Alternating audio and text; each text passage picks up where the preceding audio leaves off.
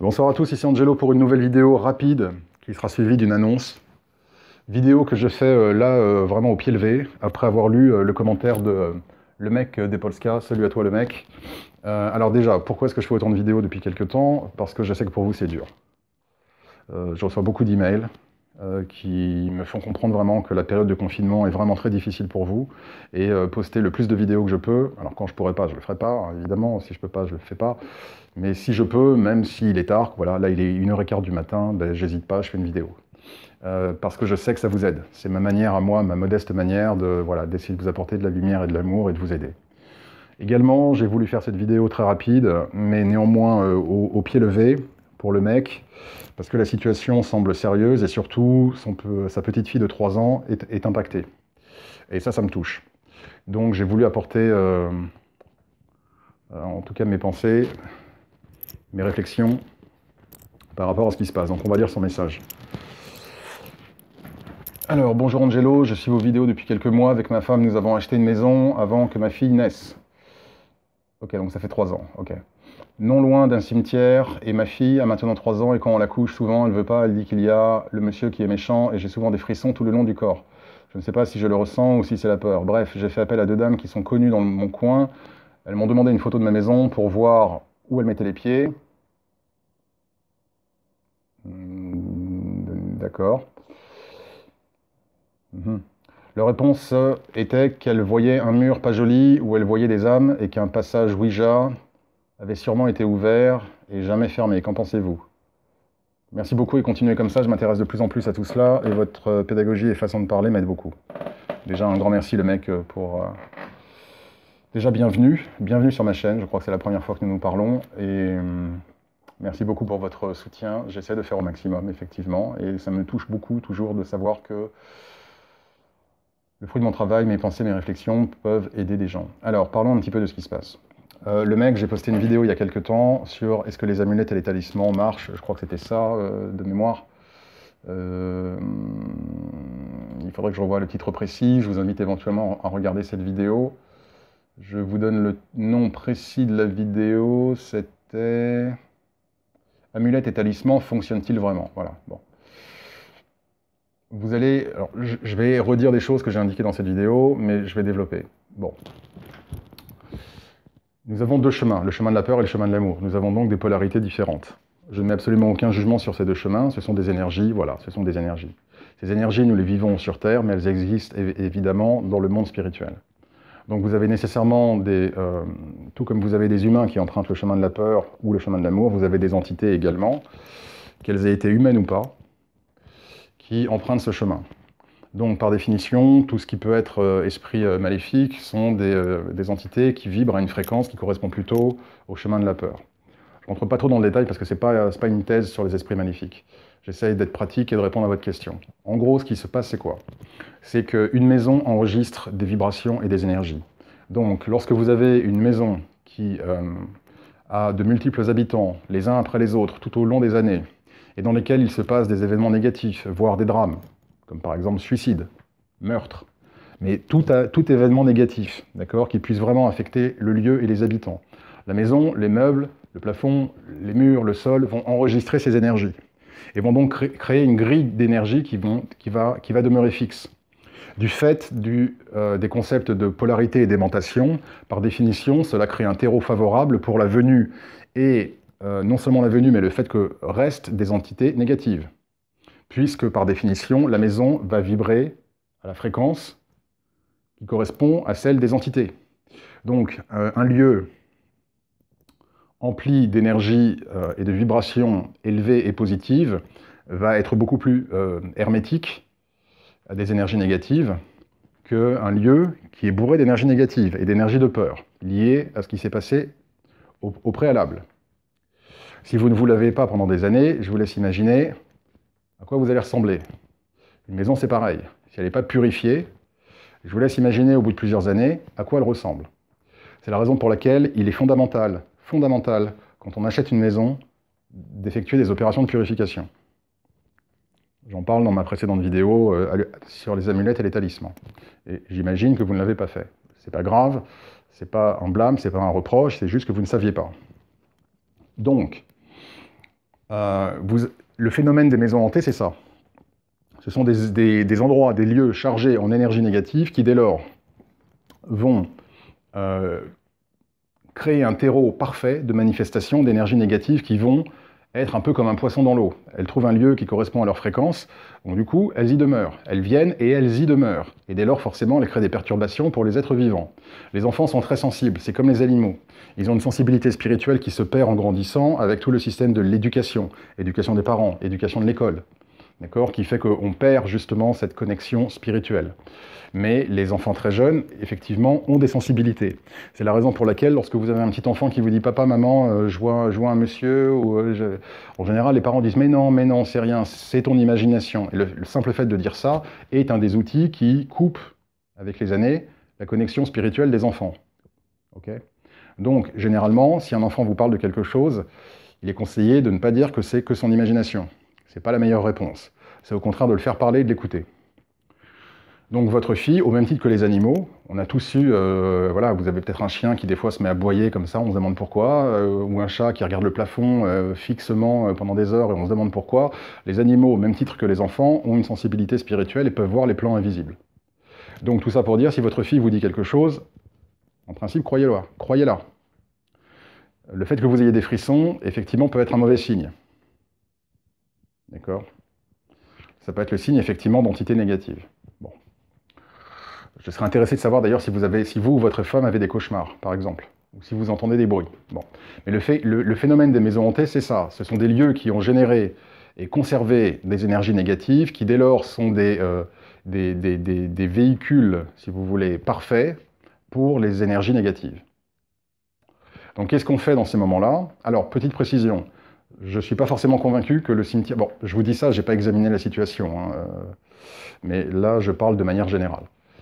Je n'incriminerai pas nécessairement le cimetière. Il y a énormément d'habitations qui surplombent des cimetières, qui sont proches d'un cimetière, sans qu'il y ait des phénomènes spirituels maléfiques. Les cimetières, je l'ai indiqué dans ma vidéo sur la projection astrale numéro 6, les cimetières sont des endroits assez morts, sans vouloir faire de jeu de mots. D'accord ? Il ne se passe pas grand-chose dans les cimetières. Donc le cimetière, a priori, comme ça, sans avoir regardé la situation, j'incrimine pas nécessairement le cimetière. Alors, après, je ne peux pas valider ou pas ce que ces dames vous ont dit. Une fois de plus, je n'ai pas personnellement examiné la situation. Ce que je peux vous dire, c'est que, est-ce qu'il y a eu du Ouija? Je n'en sais rien. Ce qui est certain, c'est que s'il y a eu du Ouija, c'est sûr que ça n'a pas arrangé les choses. Voir ma vidéo sur le Ouija, et vous la postez, vous postez votre commentaire sous la vidéo, donc vous l'avez vu. Un passage Ouija ouvert et jamais fermé. Bon, j'ai pas trop envie de me lancer dans une bataille de termes ou de sémantique. Bon, a priori, vous me dites que ces personnes sont compétentes, légitimes, elles ont pignon sur rue, donc le meilleur conseil que je puisse vous donner, si en tout cas elles ont votre confiance, c'est de leur demander de purifier votre maison. Je ne vais pas non plus, voilà, je ne vais pas me prononcer sur le Ouija. Ce qui est certain, c'est que c'est une très mauvaise idée. On peut effectivement s'attirer des attachements spirituels et créer toutes sortes de problèmes, donc peut-être, d'accord. Je m'en remets en tout cas à ces spiritualistes que vous connaissez. Je ne serais pas étonné que la maison, déjà dans son ensemble, ait des problèmes. Qu'il y ait des énergies, que Ouija ou pas Ouija, la maison ne soit pas très positive. Alors, vous, de votre côté, je vous invite à prier. Je ne sais pas quelles sont vos convictions spirituelles ou religieuses. Si vous ne croyez pas en Dieu, vous pouvez prier une force supérieure, la source, la vie, l'univers. Si vous croyez en Dieu, évidemment, priez. Et quand vous priez tous ensemble, avec votre femme et votre fille. Ça tombe bien, c'est le confinement. Mais je le dis pour tout le monde, si vous expérimentez ce phénomène de maison hantée, et qu'on va dire on est en situation normale, hors coronavirus, il est important, lorsque vous effectuez des actes spirituels lumineux pour purifier une maison, que tous les membres de la famille soient ensemble, pour qu'ils en bénéficient. D'accord ? Également, si j'étais vous, alors une fois de plus, c'est délicat de... Bon, je connais rien de vous, donc je vais un peu à l'aveugle dans les conseils que je vous donne, parce que je ne connais pas vos convictions spirituelles. Si vous croyez en Dieu, peut-être que ce n'est pas le cas. Si vous croyez en Dieu, ce serait bien que vous puissiez mettre dans la chambre de votre enfant des icônes religieuses, des icônes spirituelles. Ce serait bien que vous mettiez, par exemple, que vous preniez de l'eau bénite et que tous les soirs, au moment de coucher votre fille, vous fassiez le signe de croix sur son front. Ce serait bien qu'en récitant une prière, ce serait pas mal éventuellement peut-être qu'elle ait un petit collier avec une croix du Christ. D'accord? Ce genre de choses. Voilà, je vous donne vraiment tous ces conseils, là, c'est quasiment comme une consultation, parce que voilà, là, il y a un petit enfant qui n'a rien demandé. Bon, c'est déplaisant pour vous, hein. Je ne vous mets pas de côté, bien évidemment. Mais là aussi, on parle d'un petit être de 3 ans, et ça me touche beaucoup. Donc, voyez si vous pouvez mettre une représentation spirituelle, par exemple, autour du cou de votre enfant. Faites le signe de croix sur son front tous les soirs avant qu'elle se couche. Ok? En récitant des prières et en demandant à Dieu, ou si vous croyez au Christ, qu'il la protège. L'un n'empêche pas l'autre. Vous pouvez prier les dieux. Les deux. Les dieux. Intéressant lapsus. Vous pouvez prier les deux. Sachez que la Vierge Marie également est très protectrice. Je n'hésiterai pas à prier la Vierge Marie. D'accord? C'est une mère spirituelle, donc c'est la mère spirituelle de votre enfant. Évidemment, je vous parle comme si vous aviez ce genre de conviction spirituelle. Si vous êtes agnostique ou si votre foi est complètement différente, d'accord? Dans ce cas, vous n'allez pas faire ça. Je ne vais pas vous obliger à faire des choses qui ne résonnent pas envers vous. Dans ce cas, ce que vous faites, c'est que vous priez une force supérieure pour protéger votre enfant. Et vous purifiez votre maison. Alors, vous pouvez justement faire appel à ces spiritualistes-là. Ok? Si vous voulez, la cause n'est pas très importante. Que ce soit Ouija ou pas, c'est pas très important. Ce qui se passe, c'est que définitivement, votre maison apparaît comme étant un réceptacle d'énergie négative, sinon il n'y aurait pas ces manifestations fréquentes qui effraient votre enfant. J'ai une réserve pour le Ouija, mais c'est tout à fait possible. Hein. C'est tout à fait possible. En tout cas, ça n'est pas arrangé les choses. Le Ouija peut effectivement faire en sorte que des esprits continuent à rôder dans une maison. Ça, c'est certain. Donc c'est une possibilité. C'est une possibilité. C'est tout à fait une possibilité. Mais voilà, vu que je n'ai pas examiné directement la chose, je ne peux pas vous dire si c'est ça ou pas. Mais en revanche, ce que je peux vous dire, voilà, c'est les instructions que je vous ai données, les explications que je vous ai données également, et éventuellement les directives, les conseils que je vous donne. Donc faites appel à ces deux femmes, protégez-vous, protégez votre enfant, priez, priez, priez, priez. Et tout ça mis en œuvre, ça devrait vous aider. Alors, j'en profite pour la fin de cette vidéo pour faire une petite annonce. Que je vais prochainement annoncer des classes spirituelles. Je ferai une vidéo à ce sujet, vu que voilà, j'ai fait un petit sondage et apparemment les gens sont intéressés. Donc ce seront des classes de 2 heures. Vraiment pour un prix modique, genre 15 € de l'heure, donc 30 € pour 2 heures. Voilà, c'est un échange. Mon objectif, c'est pas de me sucrer sur le dos des gens. Okay, donc 15 € de l'heure, ça me semble plutôt raisonnable. Et limité à 15 personnes. Alors pourquoi 15 personnes? Parce que je veux que ce soit quelque chose de qualitatif pour les individus. Je souhaite que chacun puisse avoir la possibilité de s'exprimer et de poser des questions, et que chacun puisse avoir la possibilité de repartir avec des connaissances et des réponses à ces questions. Donc voilà, une fois de plus, un autre élément, si je pensais juste matériel, j'ouvrirais la classe à tout le monde. Et voilà, pour avoir une classe, en espérant avoir une classe de 30, 40, 50 personnes. C'est pas mon objectif. Mon objectif, c'est pas celui-là. D'où le fait de restreindre à 15 personnes. Le principal pour moi, c'est qu'il y ait un véritable échange et que les gens puissent apprendre quelque chose et que chacun puisse avoir le temps de s'exprimer. Et 15 personnes, déjà, ça peut faire pas mal de questions et pas mal d'échanges. D'où le fait que je limite à 15. Maintenant, ce que je ferai, évidemment, j'indiquerai le thème de chaque classe à chaque fois. Ce que je ferai, c'est que si une personne vient sur la page et que, par exemple, les 15 personnes déjà ont réservé la classe, je mettrai néanmoins un formulaire pour que les individus puissent... pour que vous puissiez mettre votre email pour être alerté des classes suivantes. Voilà. Donc personne ne sera mis sur le côté. C'est juste une question de temps. Parce que des classes, j'en ferai encore et encore et encore et encore. Mais je serai amené à en reparler prochainement. Peut-être d'ici la fin de la semaine, peut-être la semaine prochaine, mais pas beaucoup plus tard. Voilà, j'en reste là pour l'heure. Le mec, j'espère vous avoir aidé.